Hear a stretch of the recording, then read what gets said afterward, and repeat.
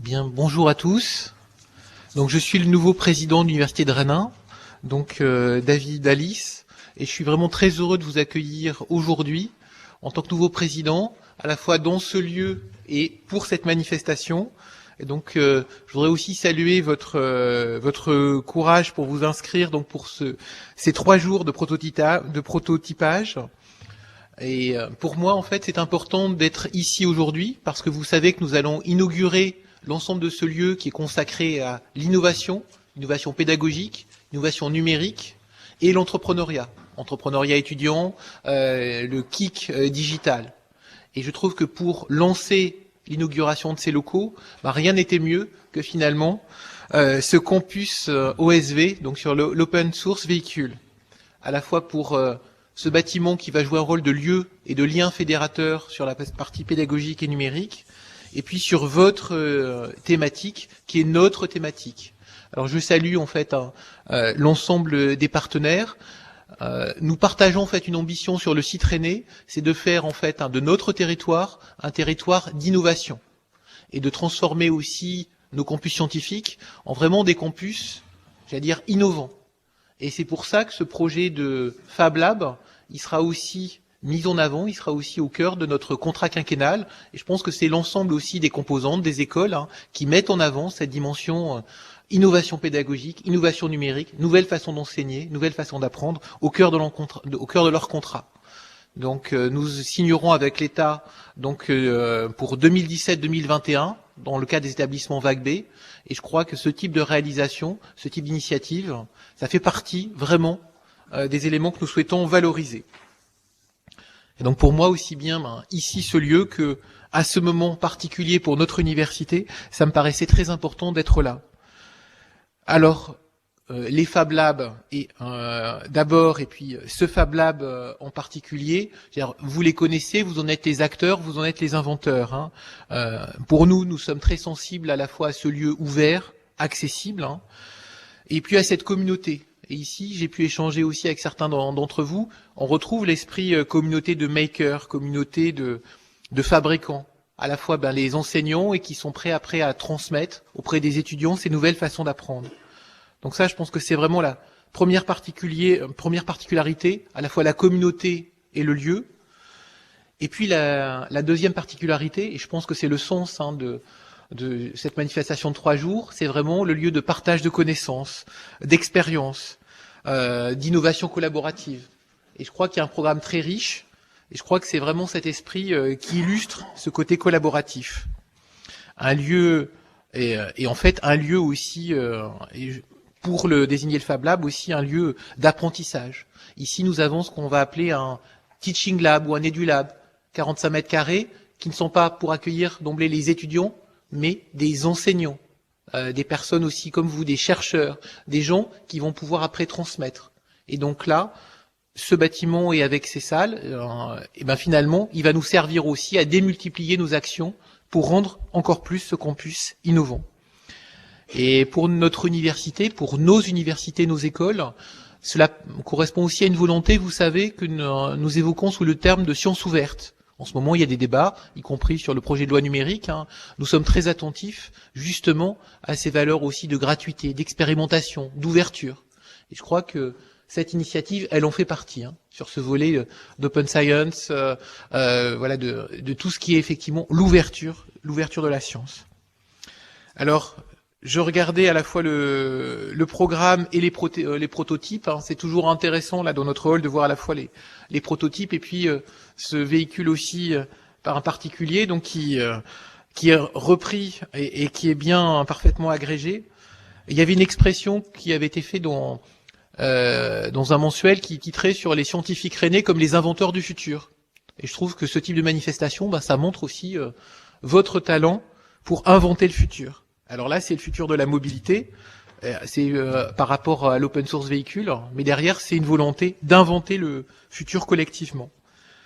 Donc ça illustre ce côté communauté tournée vers le futur, et je voulais saluer certaines particularités de ce projet, qui est sa dynamique inter-établissement. Donc nous aurons en fait le collègue aussi de Télécom Bretagne, mais en fait, dans toute cette dynamique de Fab Lab, c'est aussi l'ensemble des écoles. Hein. Je salue l'ensemble des écoles représentées ici aujourd'hui, hein. Aussi bien l'INSA que les AB, il y a aussi l'Université de Rennes 2. Et pour moi, c'est aussi un projet important parce que dans notre université, nous avons plusieurs composantes au sein de ce campus. Et ça permet d'associer à la fois les sciences de la matière, l'informatique, l'électronique, j'allais dire l'économie et la gestion, et le droit.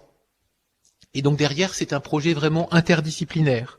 Chimie, physique, électronique, informatique, environnement, économie, gestion. Et là, je salue aussi le rôle de toutes les UMR qui sont représentées. Toutes les UMR CNRS, INRIA, Unité Mixte.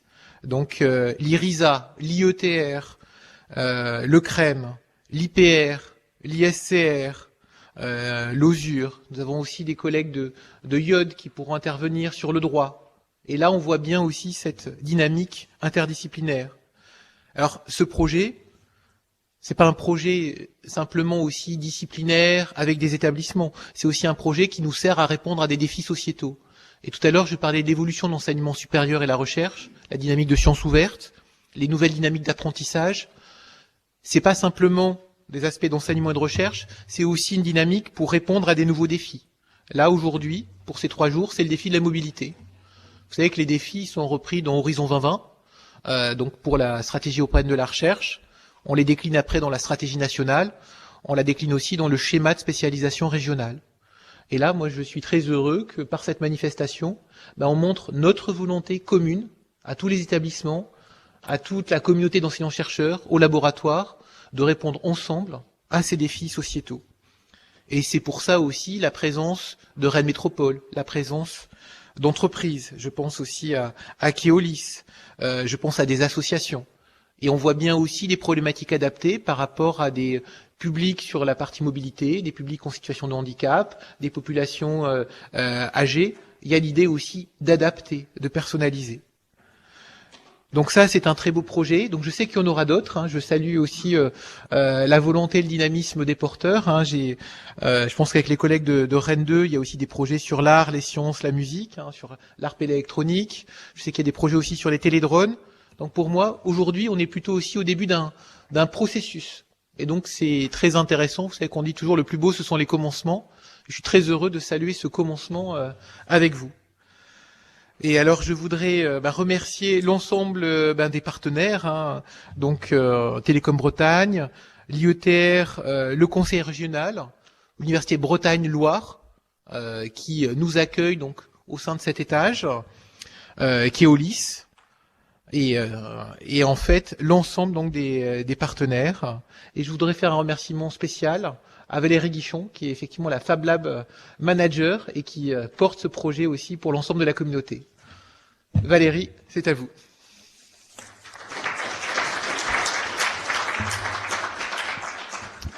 Merci, Monsieur le Président. Bonjour à tous. Merci de votre présence.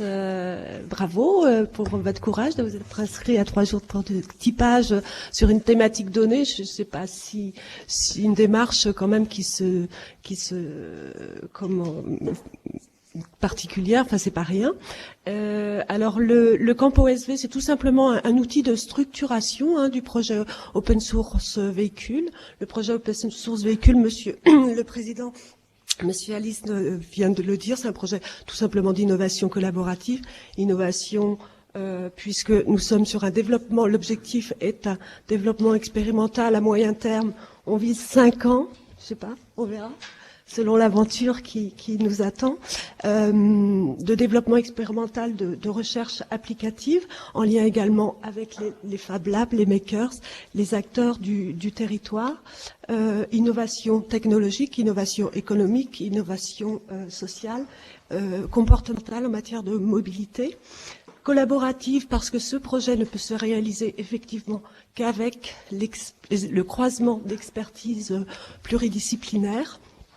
Que dire d'autre sur l'innovation? Innovation collaborative également, puisque nous avons un défi, c'est un projet qui prend en compte les besoins de la société. Donc, aussi étonnamment que ça puisse paraître, on a choisi un échantillon qui est le territoire Rennes Métropole.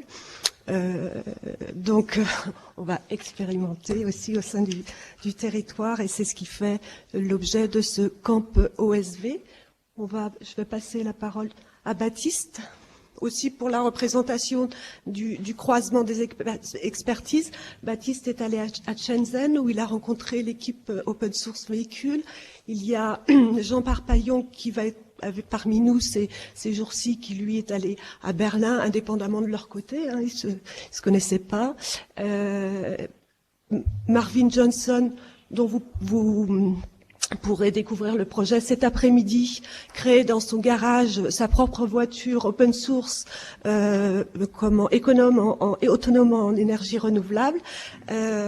Parmi vous, certains peut-être bidouillent, testent, expérimentent des véhicules, du prototypage, également avec vos élèves. Donc l'intérêt, c'est aussi vraiment de réunir en quelques jours ces personnes qui travaillent sur une thématique commune et un objectif commun, le véhicule open source à Rennes Métropole. Voilà.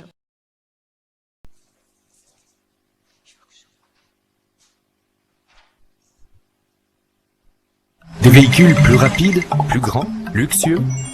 Certains des acteurs traditionnels pensent que c'est tout cela à la fois. Mais nous pensons que l'open source fera progresser non seulement les véhicules, mais l'ensemble de l'industrie automobile à un niveau supérieur. Et nous avons fait plus qu'y penser. Nous l'avons réalisé. Nous avons conçu et construit une plateforme ouverte, constituée d'un châssis, d'un moteur et d'une électronique de pointe que vous pouvez télécharger gratuitement pour monter votre véhicule personnalisé. Oui, il peut être expédié dans des caisses à faible impact environnemental. Et oui, il peut être assemblé en moins d'1 heure chez vous et créer localement des emplois. Mais OS Vehicle, c'est beaucoup plus que la possibilité de le faire vous-même. Cela peut être n'importe quel véhicule, parce qu'il est modulable. Il peut être adapté à la route, à la circulation urbaine, avoir des roues plus grandes pour les routes accidentées, ou un équipement de haute technologie pour être utilisé sur Mars. Et puisqu'il est modulable, si un élément est dépassé, vous le mettez simplement à jour, sans jeter ce qui fonctionne. Notre objectif est de permettre aux entreprises et fabricants de produire des véhicules à très fort potentiel sans barrière à l'accès, et donc de façonner un avenir durable pour votre projet. Peu importe où vous êtes basé, peu importe si vous êtes petit ou grand, peu importe le nombre de roues ou de sièges dont vous avez besoin. C'est pourquoi notre idée de véhicule est équitable, modulable, écologique, high-tech, connectée, personnalisée, durable et amusante. Quelle est la vôtre? Commencez à la construire. Obtenez votre kit de démarrage aujourd'hui. Voilà, donc là, ce qu'on vient de voir, on vient de voir l'esprit de l'OSV. Et pourquoi nous, ici, ça nous intéresse? Ça nous intéresse parce qu'on est sur un campus pluridisciplinaire. Il y a beaucoup de disciplines qui sont représentées sur ce campus et on est dans une ville très dynamique en termes d'enseignement. Et une des choses qu'on veut faire sur la base de ce véhicule, c'est faire des projets avec des étudiants qui viennent de plusieurs disciplines pour arriver à avoir une idée de produit, une idée de projet, quelque chose pour leur propre voiture. C'est pas important. Quelque part, ce qui est important, c'est la compétence qu'on acquiert en travaillant ensemble, en venant de plusieurs disciplines. Et on pense que l'OSV est un bon outil pour faire ça parce que c'est quand même plus sympa pour les étudiants d'avoir un truc qui tourne et qui peut s'appliquer à l'OSV et peut-être plus tard à leur propre véhicule. Alors ça, c'est un des éléments qui nous intéresse avec l'OSV. On pense que c'est un bon support pour ces projets pluridisciplinaires. Et comme on a vu tout à l'heure, déjà dans les 2 premières interventions, que la mobilité, notamment la mobilité urbaine, était un enjeu de société extrêmement important, avec des évolutions, avec l'électrification, qui vont changer beaucoup de choses, il y a de la place pour de l'innovation, et dans l'esprit des LabFab, de l'innovation qui ne va pas simplement pour faire son petit projet dans son coin pour s'amuser, ce qui est déjà très bien, surtout quand on est étudiant, c'est quand même important de prendre du plaisir en étudiant, mais aussi pour des projets qui vont déboucher sur de l'activité commerciale, sur des produits, sur des déploiements. Et de fait, c'est notre rôle en tant qu'université ou en tant que campus universitaire ou école d'ingénieurs, c'est notre rôle de former les étudiants à aller vers cette innovation, à aller vers cet entrepreneuriat. C'est une nouvelle dimension des LabFab et on pense que travailler sur des prototypes, c'est un moyen de former les étudiants à ça. Donc ça, c'est le premier objectif. Et on a un deuxième objectif qui est plus orienté recherche. On a des labos. On a des équipes, on est très en pointe sur tout ce qui est électronique, antenne, communication, en pointe sur le système, mais aussi en pointe sur la partie logicielle avec les RISAP, particulièrement le réseau. On a d'autres disciplines comme la chimie pour les batteries. On est un campus qui peut faire avancer le concept même de véhicule coopératif ou communicant avec la ville, avec les autres véhicules, le véhicule électrique en soi, avec ses différentes composantes, la gestion de l'énergie, la batterie en elle-même, et l'expérience utilisateur avec tout ce qu'on peut apporter d'expérience améliorée ou augmentée entre l'utilisateur et son véhicule. Et ça, c'est un endroit, le campus de Beaulieu, est un endroit où on peut faire ces choses-là en recherche et en lien, on va reboucler sur l'enseignement, en lien avec les doctorants, avec les étudiants en master qui vont pouvoir interagir avec les équipes de recherche sur ces projets-là. Donc, notre objectif à terme est d'arriver à créer un ensemble de logiciels, de technologies, de mécanismes, d'études de faisabilité, typiquement, qui seraient open source, probablement pour une grande part d'entre elles, et utilisables par la communauté. Donc, on veut vraiment créer quelque chose sur le long terme qui va faire avancer l'esprit de ce véhicule open source pour différents types d'usages. Donc voilà en gros ce que je voulais vous dire sur ça. C'est un exemple très intéressant de collaboration autour du campus de Beaulieu, dans l'esprit des labos qui sont déjà la plupart d'entre eux multitutelles. Et ça c'est quand même très intéressant de voir que les tutelles arrivent à travailler ensemble sur un projet comme ça. Voilà, mais tout ça, en gros, c'est la tuyauterie. Ce qui est plus important maintenant pour tous, c'est de prendre du plaisir et de s'amuser ensemble en apprenant les uns des autres, puisqu'on vient d'horizons différents, et c'est quand même ça qui est le plus important dans ce type d'événement. Voilà.